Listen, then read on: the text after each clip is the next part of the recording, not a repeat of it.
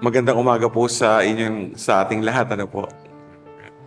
Ito po yung ikalawang araw ng ating Misa de Gallo, no.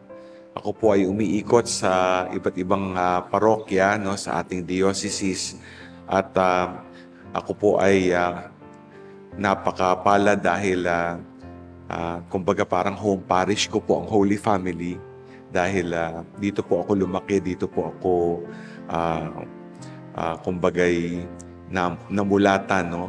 Simula po na ako isilang, no? 10 taon po kami dito sa Pasig, no? Alam nyo, maraming taon na nakararaan, nag-organize po kami ng isang clan reunion, ano ho, no? Ako po ang natukahan na gumawa o bumuo ng aming family tree, no? Akala ko madali kasi mula sa kalululuhan, gagawin namin, ite-trace namin yung aming mga roots, no, dun sa aming clan. Hindi ko na ho sasabihin kung sa father side o sa mother side. Baka mabukon nyo po kasi ako eh. No? Kasi nung ginagawa po namin yun, natuklasan ko, di ba, pag gagawa ka ng family tree, yung mga branches, medyo maayos, no?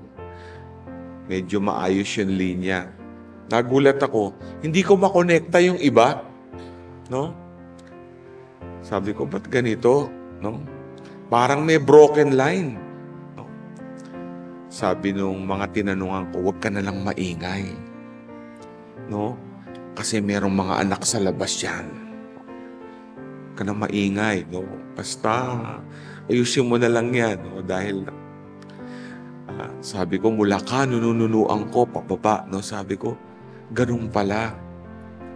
Magandang punto de vista ito para maunawaan natin ang salinlahi ng Panginoon. At merong maibabahagi po tayong 3 pangaral.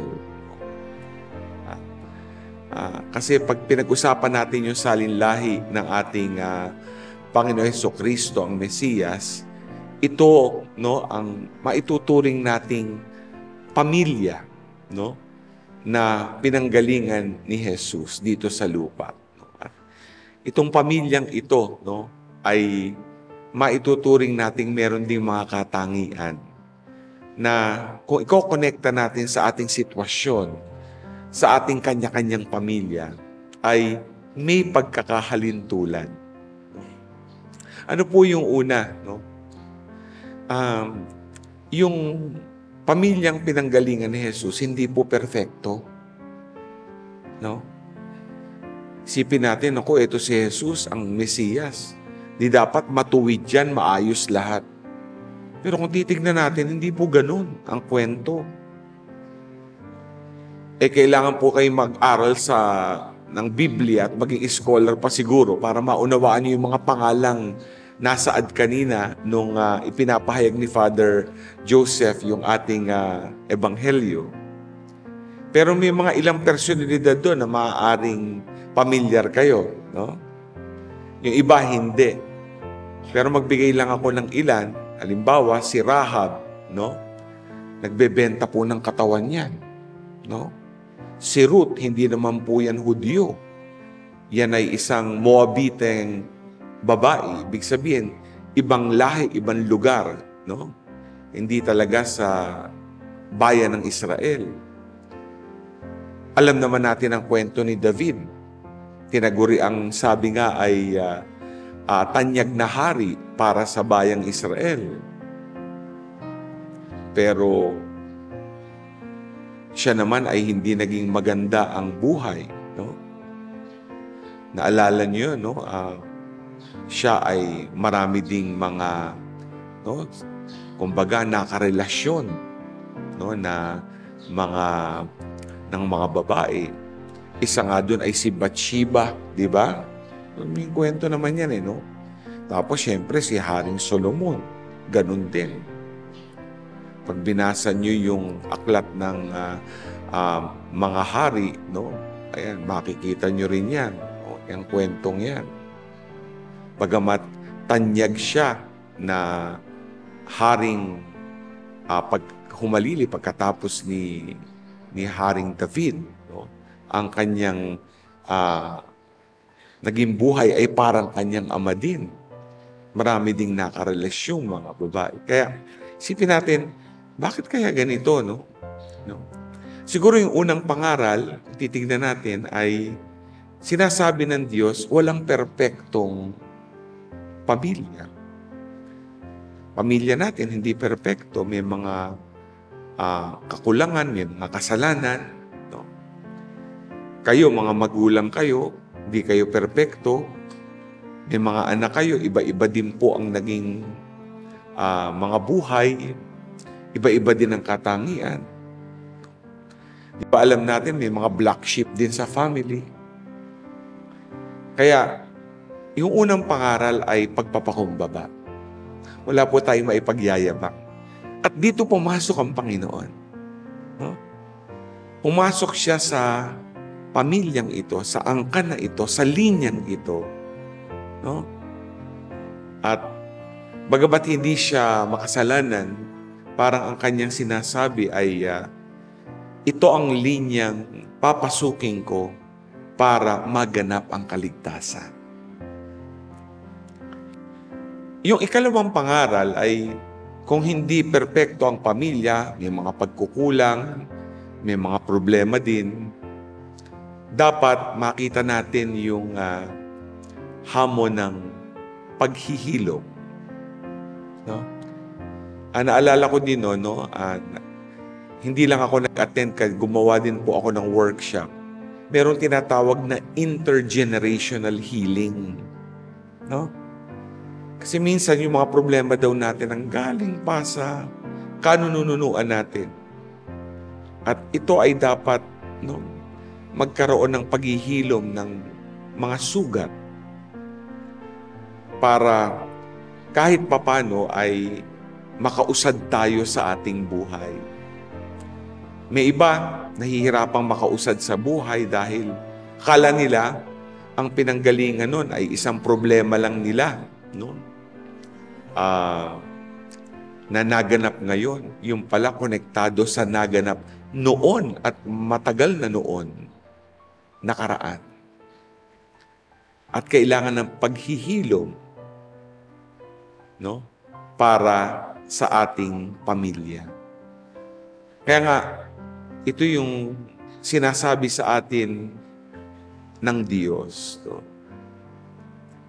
Oo, tayo dapat magpakumbaba dahil nasa sitwasyon tayo na may mga pagkukulang, may mga kasalanan ng ating pamilya, miyembro ng ating pamilya. Pero hindi po tayo naiiwan doon. Dapat maunawaan natin na binibigyan tayo ng pagkakataon ng Diyos na makalampas dito. Hilumin ang mga sugatang puso.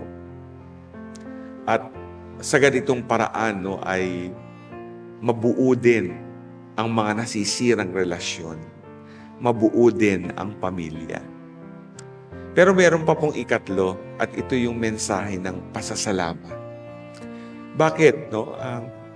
Salamat kay Jesus, pumasok siya sa ganitong sitwasyon. No? Siya'y nanggaling sa ganitong pamilya para iligtas tayo.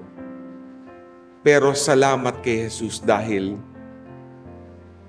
alam natin na tayo ay naging parte ng kanyang pamilya sa bisa ng binyag. No? Nung tayo binyagan, ang tawag po tayo naging inampong anak ng Diyos. Kaya nga matatawag nating Ama ang Diyos. Kapatid natin si Kristo dahil ang Espiritu Santo'y sumasa atin. Di ba malaking pasasalamat yon? Dahil sabi nga, parte tayo ng pamilya ng Diyos. Hindi lang dito sa lupa, ang pamilya ng Diyos, sa ating inang simbahan, kundi pamilya ng Diyos hanggang sa buhay na walang hanggan. At yon ang ating pupuntahan. Kaya di ba sinasabi sa doktrina ng sakramento ng binyag, pag tayo bininyagan, isa sa pinagkakaloob sa atin, kung kalooban ng Diyos, mamanahin natin ang langit. mamanahin natin ang kaharian ng Diyos. Doon tayo papunta at puspos nating mararanasan ang pamilya ng Diyos. Pamilya kasama ang Diyos Ama, Diyos Anak at Diyos Espiritu Santo. Kasama ang mahal na Birheng Maria. Kasama ang lahat ng mga santo't santa, ang lahat ng mga banal sa langit, at lahat ng nasa kaharian ng Diyos na mga mahal natin sa buhay at kaibigan. Dapat tayong magpasalamat dahil ito yung ating mimithiin at ating pupuntahan kapag dumating na ang panahon na tayo tatawagin ng Diyos. Tatlong pangaral, no? Dito po sa salinlahi, no, ng ating Panginoong Hesukristo, no? Pagpapakumbaba, paghihilom at pasasalamat. Sana po, no, sa pagdiriwang natin ng ikalawang araw ng ating Misa de Gallo, no, itaas natin sa Diyos ang ating mga pamilya. Alam nating marami din tayong pinagdadaanan ngayon, no? Pero dahil sa awa ng Diyos, no, ano man ang dinadaanan natin, yan ay bibigyan ng biyaya, no, ng Diyos para dumaan sa paghihilom at dadaan sa pagbubuo upang mabuklod ang pamilya. Amen.